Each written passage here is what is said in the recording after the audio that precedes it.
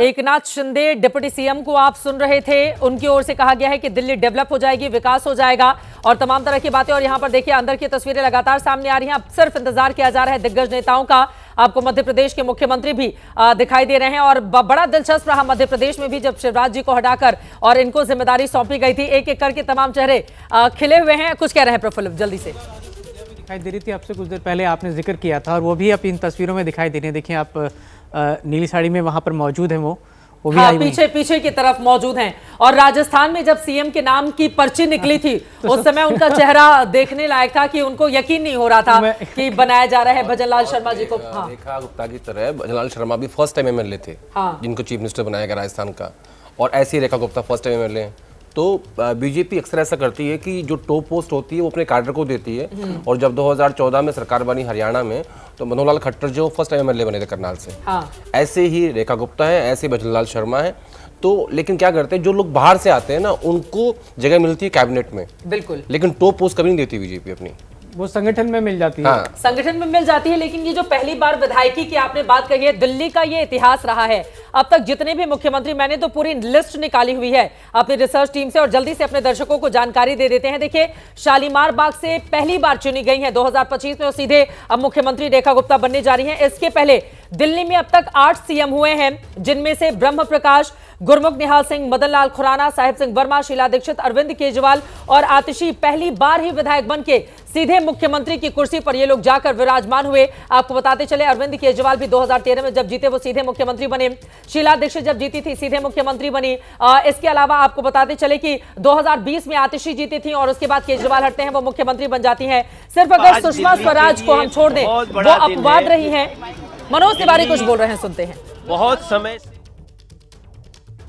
ये सांसद हैं वो, लेकिन जैसा कि सुषमा स्वराज का हम जिक्र कर रहे थे, वही एकमात्र अपवाद थी।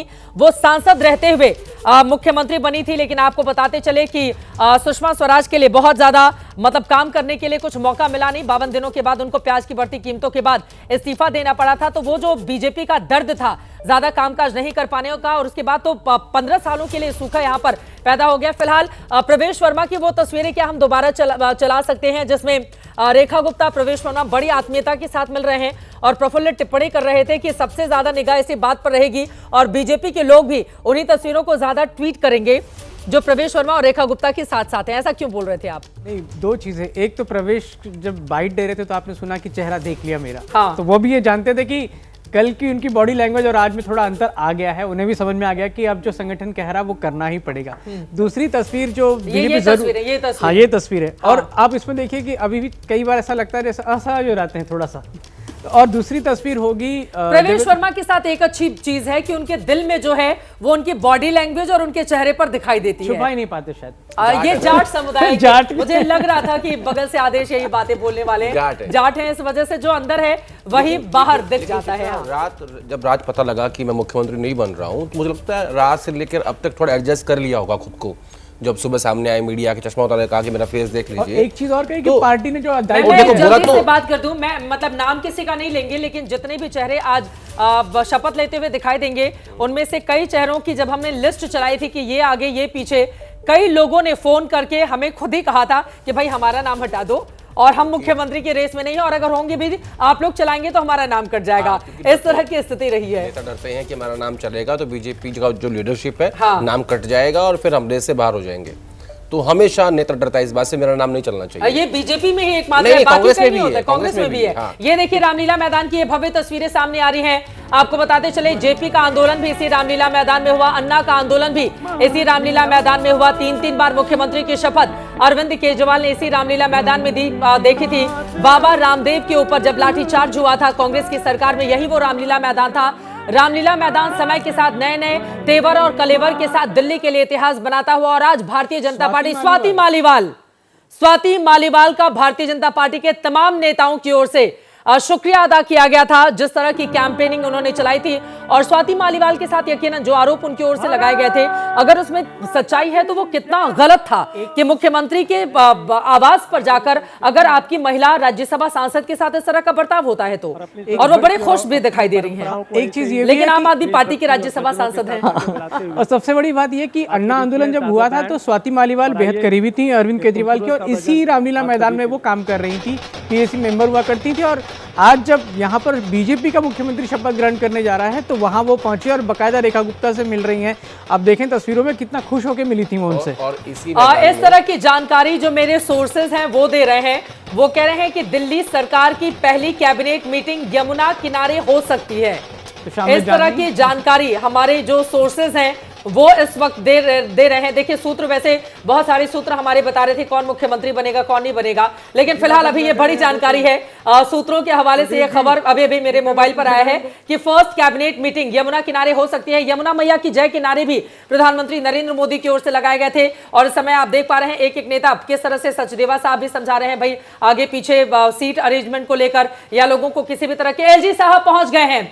कल रात को एलजी से मुलाकात करके सरकार बनाने का दावा रेखा गुप्ता की ओर से अपने तमाम नेताओं के साथ प्रस्तुत किया गया था, और अब उम्मीद कर सकते हैं जल्दी से प्रफुल्ल, अब ये उम्मीद की जा सकती है कि कम से कम वो टकराव जो बीते 11 सालों में हम सब ने देखा है वो टकराव नहीं देखने को मिले सरकार में, और दोनों ही मिलजुल कर दिल्ली के लिए कामकाज करें। वो तो पिछले 11 दिनों में ही दिख गया था जब चीजें अपने आप से शुरू हो गई थी। सीएम ने अभी तक शपथ नहीं ली थी, लेकिन यमुना की सफाई शुरू हो गई थी, चीजें बेहतरी की तरफ बढ़ने लगी थी।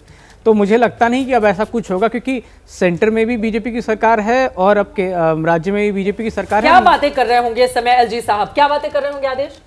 एलजी साहब कह रहे होंगे मैंने मशीनें लगा दी हैं और मैं आपकी खबर को पुख्ता कर देता हूँ। हाँ, आपने कहा कैसे कि मशीनें लगा दी, शाम की कैबिनेट वहाँ पे कर लो। लेकिन एक बताऊँ चित्रा, मैं आपको यमुना की बात की आपने, यहाँ से 100 किलोमीटर पीछे जाए पानीपत जिले में मेरा गाँव है, वहाँ पे वहीं से यमुना आती है। ऐसे आप ऊपर से देखेंगे ना बिल्कुल साफ पानी, आपको रेत दिखाई देगा नीचे।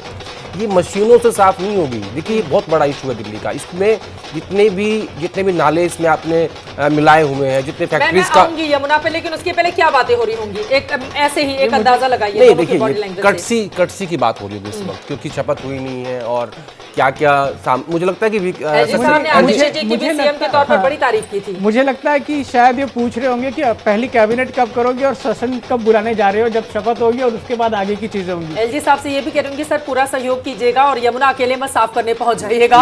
अभी सरकार बनी नहीं तब तक सफाई शुरू। नहीं चित्रा, मैं इसमें ऐड करना चाहता हूँ कि ये नहीं कह रहे होंगे, क्योंकि एलजी साहब को तो अब पूरा कॉपरेट करना ही पड़ेगा। ऑप्शन नहीं है, ऑप्शन ही नहीं उनके पास। अब थोड़ी अरविंद केजरीवाल है, अब तो ये थोड़ी है कि अब मुझे लगता है कि एलजी साहब की थोड़ी इम्पोर्टेंस कम हो जाएगी। तस्वीरें हम सुना सकते हैं क्या अनाउंसमेंट? हजारों लोग बाहर खड़े हैं और वो अंदर आदरणीय अपने प्रधानमंत्री, अपने महबूब नेता श्री नरेंद्र मोदी जी को देखना। पवन शर्मा है जिनका नाम चल रहा था सीएम रेस में, मंत्री में है, और यही वो थे जिन्होंने रेखा गुप्ता को टिकट दी थी पहली बार नगर निगम की। दुनिया बदल रही है और ये भारत के लिए ला रही है इन्फिनिट अवसर, जिसे हम कहते हैं मिनट इन्फिनिट। देखिए और आइए आइडियाज ऑफ इंडिया के मंच पर समझेंगे इसी मिनट इन्फिनिट को 21 और 22 फरवरी abplive.com पर।